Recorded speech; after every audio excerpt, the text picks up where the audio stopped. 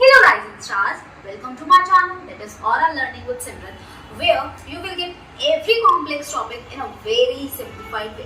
Today in this video we are taking a concept from solution that is Raoult's law, class 12. अब Raoult's law क्या होता है? Raoult's law का मतलब ये है कि अगर हम किसी भी सॉल्यूशन की बात करें तो उसके पास ना दो प्रेशर होते हैं. दो प्रेशर कौन से? एक होता है विदाउट मिक्सिंग यानी कि उसका प्योर वेपर प्रेशर, और एक होता है आफ्टर मिक्सिंग जो उसका प्योर स्टेट पे वेपर प्रेशर नहीं होता, वो सॉल्यूशन का वेपर प्रेशर बन जाता है. तो अगर हम बात करते हैं जब हमने किसी भी सॉल्यूशन को बनाया, इट मींस एक सॉल्यूट डाला होगा और एक सॉल्वेंट डाला होगा, तो जो वेपर प्रेशर होगा प्योर का वो डिक्रीज हो जाएगा. तो उसी चीज के लिए रॉल्ट्स लॉ में बोला है कि अगर मैं कोई भी सॉल्यूशन लूं तो जो वेपर प्रेशर होगा किसी भी कंपोनेंट का वो इक्वल होगा उसके मोल फ्रैक्शन के, यानी कि उसी कंपोनेंट के मोल फ्रैक्शन के, और उसी से मल्टीप्लाई होगा उसका प्योर स्टेट का vapour pressure. And we know जब भी हम प्योर की बात करते हैं, वेपर प्रेशर प्योर की बात कर रहे हैं तो उसको P नॉट से कंसिडर करेंगे, और अगर आप वेपर प्रेशर जनरली बात कर रहे हैं तो उसको जस्ट P से डिनोट करेंगे, यानी कि इसके ऊपर जो चांद का साइन आ रहा है ना वो नहीं आएगा. सो अगर मैं इसको मैथमेटिकली लिखना चाहूँ तो मैं ऐसे लिख सकती हूँ P is equals to X A, suppose हम A का भी ले रहे हैं, मल्टीप्लाई बाय P नॉट. यानी कि मैंने क्या बोला, अगर मैं प्रेशर ले रही हूँ सॉल्यूशन का, उस कंपोनेंट का, तो वो इक्वल होगा मोल फ्रैक्शन उसी कंपोनेंट का multiply by pure vapour pressure of that component. Suppose एक सॉल्यूशन है, अब सॉल्यूशन के अंदर A के भी पार्टिकल्स और मोल फ्रैक्शन बैठे हैं और B के भी बैठे हैं. सो अगर मैं x B के रिप्रेजेंट में लिखूं तो vapour pressure of B component is equals to mole fraction of B component multiplied by the pure vapor pressure of B component. ठीक है, इतना समझा. और सपोज मैं इन दोनों को ही क्या बोल रही हूँ, these are volatile compounds. इसका मतलब ये है अगर मैं volatile components की बात कर रही हूँ तो इन दोनों का ही प्रेशर होगा, इन दोनों का ही प्रेशर होगा. इसका मतलब ये भी आतंकी और दूसरा वाला भी आतंकी, तो दोनों का ही पारा हमेशा हाई रहेगा. तो इसका मतलब दोनों का ही जो वेपर प्रेशर होगा वो नॉट इक्वल्स टू 0 होगा, यानी दोनों ही अपने स्टेट में वेपर प्रेशर में जाना चाहेंगे. ठीक है, यहाँ पे मैं स्टेट करती हूँ यूजिंग डेल्टन्स लॉ.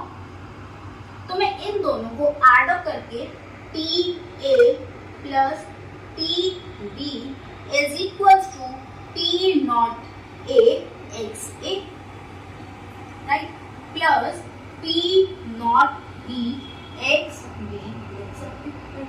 अब इसी को एक शॉर्टर फॉर्म में और इसी को एक कंसाइज्ड फॉर्म में हम लिखने वाले हैं. फॉर वॉलेटाइल कंपोनेंट्स हमने पीछे क्या लिखा था, PA plus PB is equals to P naught A X A plus P naught B X B, right, ये चीज लिखी थी. अब A और B से, यानी कि जब मैंने सॉल्यूशन बना तो उसके अंदर A भी डाला और B भी डाला, तो ये दोनों क्या बन जाता है, सॉल्यूशन बन जाते हैं. और सॉल्यूशन की वेपर प्रेशर को PS से इंडिकेट करते हैं. तो मैं PA प्लस PP को PS लिख सकती हूँ, right. PS is equals to P naught A X A plus P naught B X B. अब एक और चीज और, जब भी मोल फ्रैक्शन का सम करा जाता है तो उसकी जो वैल्यू आती है वो हमेशा 1 के इक्वल होती है, राइट. तो मैं XA को 1 माइनस XB लिख सकती हूँ, राइट, बिल्कुल लिख सकते.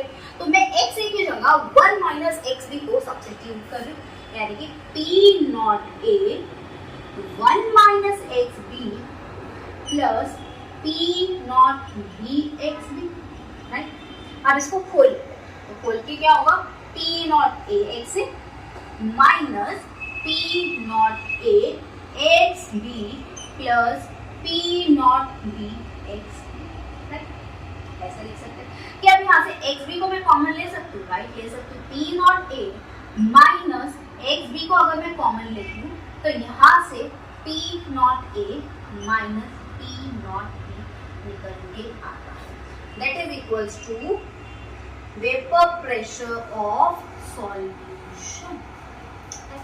अगर मैं नॉन वॉलेटाइल सॉल्यूट की बात करती हूँ, फॉर नॉन वॉलेटाइल कंपोनेंट, अगर मैंने नॉन वॉलेटाइल कंपोनेंट की बात करी तो उसका जो प्रेशर होगा वो इक्वल्स टू 0 होगा। सपोज मैं बी कंपोनेंट को नॉन वॉलेटाइल लेते हैं,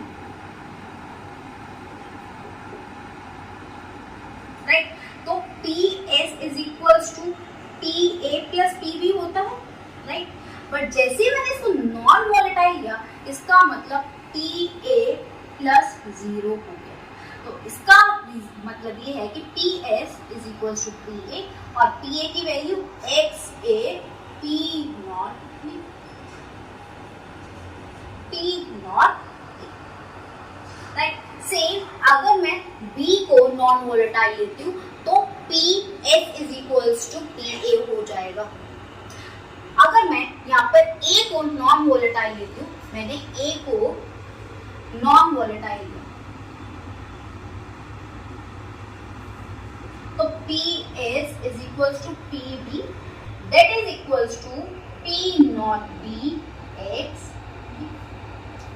तो नॉन वॉलेटाइल सॉल्यूट के लिए हमारी ये इक्वेशंस हो जाएंगी, और अगर दोनों ही वॉलेटाइल है तो हम ऐसे इसको सॉल्व करेंगे, ठीक है। आई होप आपको ये वीडियो अच्छी लगी, so please do subscribe to the channel. Thank you.